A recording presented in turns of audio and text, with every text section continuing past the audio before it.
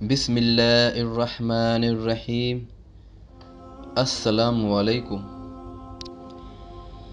آج میں بیان کروں گا سورہ علق اور اس کا ترجمہ اور اس کی تفسیر قرآن اور حدیث کی روشنی میں۔ سورہ العلق آیت نمبر 1 میں اللہ تعالیٰ فرماتے ہیں: اقرأ باسم ربک الذی خلق۔ پڑھ اپنے رب کے نام سے جس نے پیدا کیا۔ یہ سب سے پہلی وحی ہے جو نبی کریم صلی اللہ علیہ وآلہ وسلم پر اس وقت آئی جب آپ غار حرا میں مصروف عبادت تھے۔ فرشتے نے آ کر کہا، پڑھ۔ آپ صلی اللہ علیہ وآلہ وسلم نے فرمایا، میں تو پڑھا ہوا نہیں ہوں۔ فرشتے نے آپ کو پکڑ کر زور سے بھینچا اور کہا، پڑھ۔ آپ نے پھر وہی جواب دیا۔ اس طرح 3 مرتبہ اس نے آپ کو بھینچا۔ اقرأ، جو تیری طرف وحی کی جاتی ہے وہ پڑھ۔ خلق، جس نے تمام مخلوق کو پیدا کیا۔ سورہ العلق آیت نمبر 2 میں اللہ تعالیٰ فرماتے ہیں: خلق الانسان من علق۔ جس نے انسان کو خون کے لوتھڑے سے پیدا کیا۔ مخلوقات میں سے بطور خاص انسان کی پیدائش کا ذکر فرمایا جس سے اس کا شرف واضح ہے۔ سورہ العلق آیت نمبر 3 میں اللہ تعالیٰ فرماتے ہیں: اقرأ وربک الاکرم۔ تو پڑھتا رہ، تیرا بڑے کرم والا ہے۔ یہ بطور تاکید فرمایا اور اس میں بڑے بلیغ انداز سے اس احتضار کا بھی ازالہ فرما دیا جو آپ صلی اللہ علیہ وآلہ وسلم نے پیش کیا کہ میں تو قاری ہی نہیں۔ اللہ نے فرمایا، اللہ بہت کرم والا ہے، پڑھ۔ یعنی انسانوں کی کوتاہیوں سے درگزر کرنا اس کا وصف خاص ہے۔ سورہ العلق آیت نمبر 4 سے 9 تک اللہ تعالیٰ فرماتے ہیں: الذي علم بالقلم علم الانسان ما لم يعلم كلا ان الانسان ليطغى ان رآه استغنى ان الى ربك الرجعى ارايت الذي ينهى۔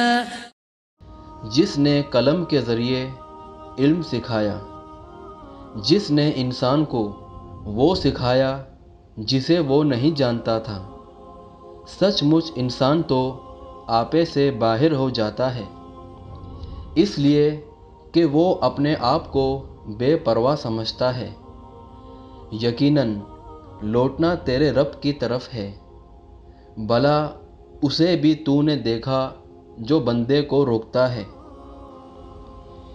قلم کے معنی ہیں قطع کرنا، تراشنا۔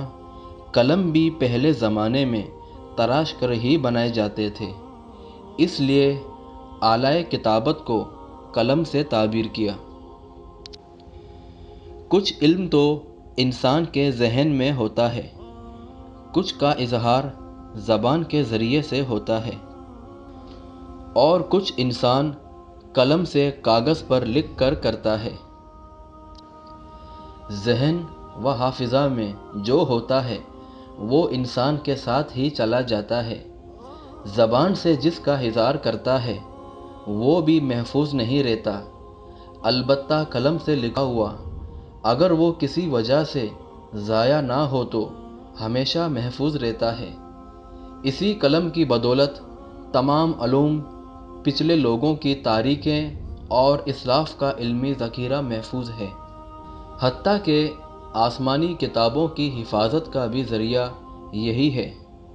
اس سے قلم کی اہمیت محتاج وضاحت نہیں رہتی۔ اسی لیے اللہ نے سب سے پہلے قلم کو پیدا کیا اور اس کو تمام مخلوقات کی تقدیر لکھنے کا حکم دیا۔ سورہ العلق آیت نمبر 10 میں اللہ تعالیٰ فرماتے ہیں عبدا اذا صلى، جب کہ وہ بندہ نماز ادا کرتا ہے۔ مفسرین کہتے ہیں کہ روکنے والے سے مراد ابو جہل ہے جو اسلام کا شدید دشمن تھا۔ ابداً سے مراد نبی کریم صلی اللہ علیہ وآلہ وسلم ہے۔ سورہ العلق آیت نمبر 11 سے 14 تک اللہ تعالیٰ فرماتے ہیں أرأيت إن كان على الهدى أو أمر بالتقوى أرأيت إن كذب وتولى ألم يعلم بأن الله يرى۔ بھلا بتلا تو اگر وہ ہدایت پر ہو یا پرہیزگاری کا حکم دیتا ہو، بھلا دیکھو تو اگر یہ جھٹلاتا ہوا اور منہ پھیرتا ہو تو کیا اس نے نہیں جانا کہ اللہ اسے خوب دیکھ رہا ہے؟ یعنی جس کو یہ نماز پڑھنے سے روک رہا ہے وہ ہدایت پر ہو، یعنی اخلاص، توحید اور عمل صالح کی تعلیم جس سے جہنم کی آگ سے انسان بچ سکتا ہے، تو کیا یہ چیزیں نماز پڑھنا اور تقوی کی تعلیم دینا ایسی ہیں کہ ان کی مخالفت کی جائے اور اس کو دھمکیاں دی جائیں؟ یعنی یہ ابو جہل اللہ کے پیغمبر کو جھٹلاتا ہو اور ایمان سے اعراض کرتا ہو۔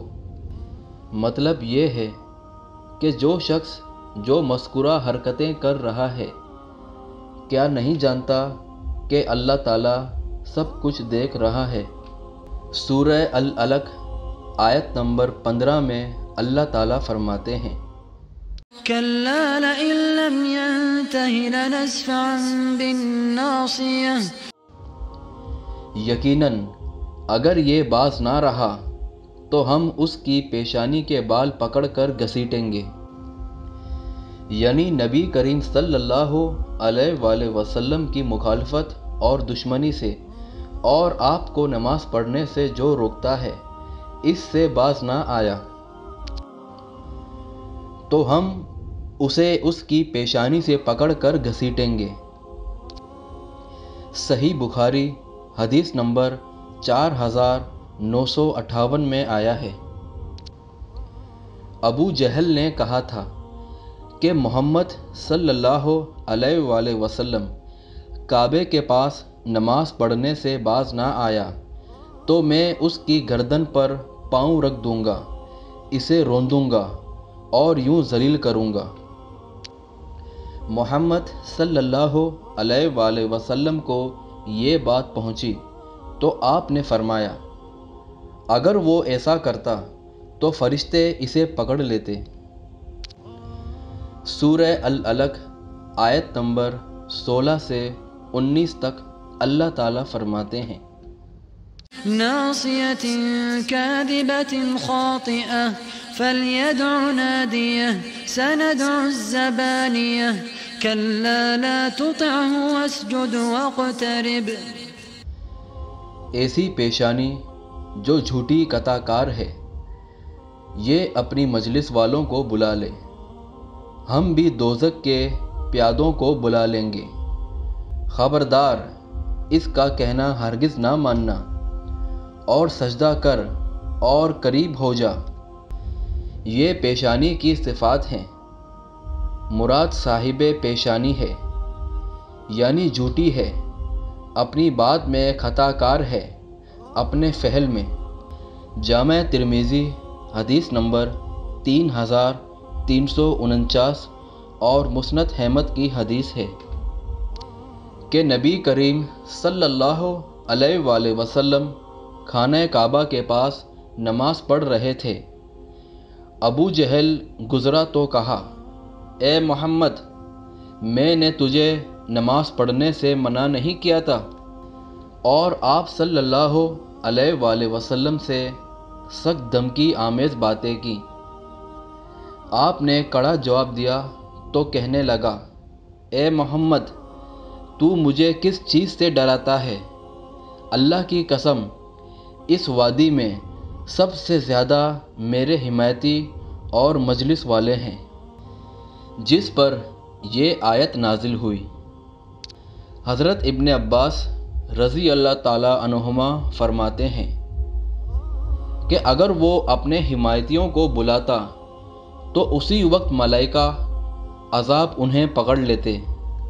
اور صحیح مسلم کے الفاظ ہیں کہ اس نے آگے بڑھ کر آپ صلی اللہ علیہ وآلہ وسلم کی گردن پر پیر رکھنے کا ارادہ کیا کہ ایک دم الٹے پاؤں پیچھے ہٹا اور اپنے ہاتھوں سے اپنا بچاؤ کرنے لگا۔ اس سے کہا گیا کہ کیا بات ہے؟ اس نے کہا، میرے اور محمد صلی اللہ علیہ وآلہ وسلم کے درمیان آگ کی خندق، ہولناک منظر اور بہت سارے پر ہیں۔